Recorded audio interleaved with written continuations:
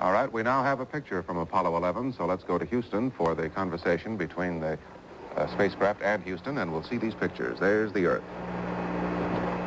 The Earth from 130,000 nautical, or about 149,000 statute miles.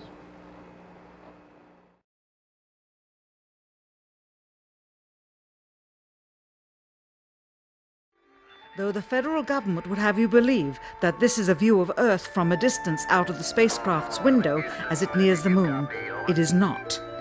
What they have ingeniously done is placed the camera at the back of the spacecraft and centered the lens on a circular window in the foreground, outside of which it is completely filled with the Earth in low orbit.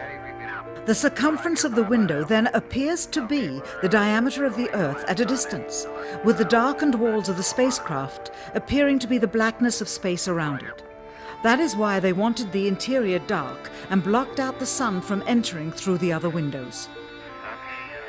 Here you can see the extruded window, probably 2 inches thick at the bottom.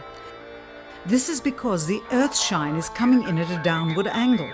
It also causes the Earth to appear to be an irregularly shaped circle, for you are seeing the outside of the window at the bottom and the inside of the window at the top, which together form 2 different sized halves of a circle. Subsequently, this take was never used. As they perfected the shot, a crescent-shaped piece of black material was inset slightly into the window to create the illusion of the Earth's terminator line dividing night and day. It is uncannily convincing. During this segment, intended to be edited and played back later for the worldwide television audience, dated July 18, 1969, Neil Armstrong condemns himself as he states that he is 130,000 miles out, or halfway to the moon, as the NASA flight log also states on this date, when he is in reality in low Earth orbit of a few hundred miles.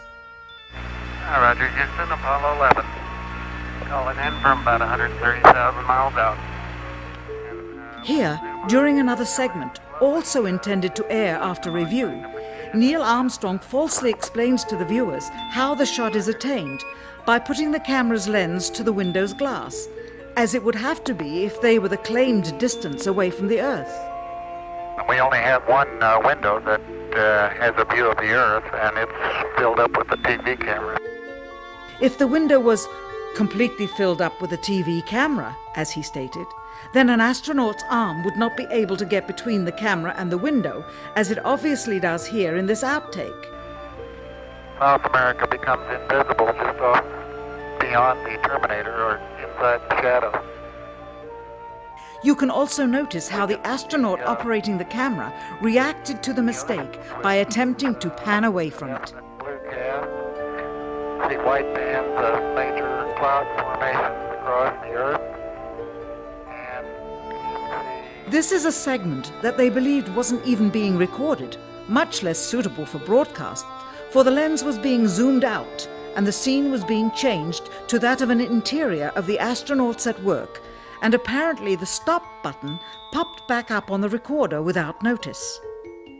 Here is the diffused work light that they used to see camera controls, but not throw light onto the spacecraft's wall. Here they remove part of the crescent insert.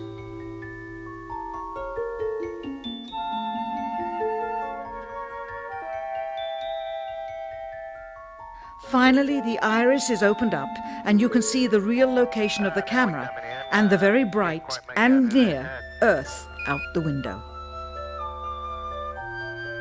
Here is the slate for the 19th of July, and the same shot of trickery on the 19th of July, and then the 20th, and the same misleading shot on the 20th. Later that evening, they were said to be walking on the moon. How can this be when they were in Earth orbit only 9 hours earlier, and the moon is some 3 days' journey away? Furthermore, if they genuinely went to the moon, why would they be faking any part of it? Why this trickery with the window? By faking being halfway to the moon, it becomes apparent that they did so because they could not even go halfway.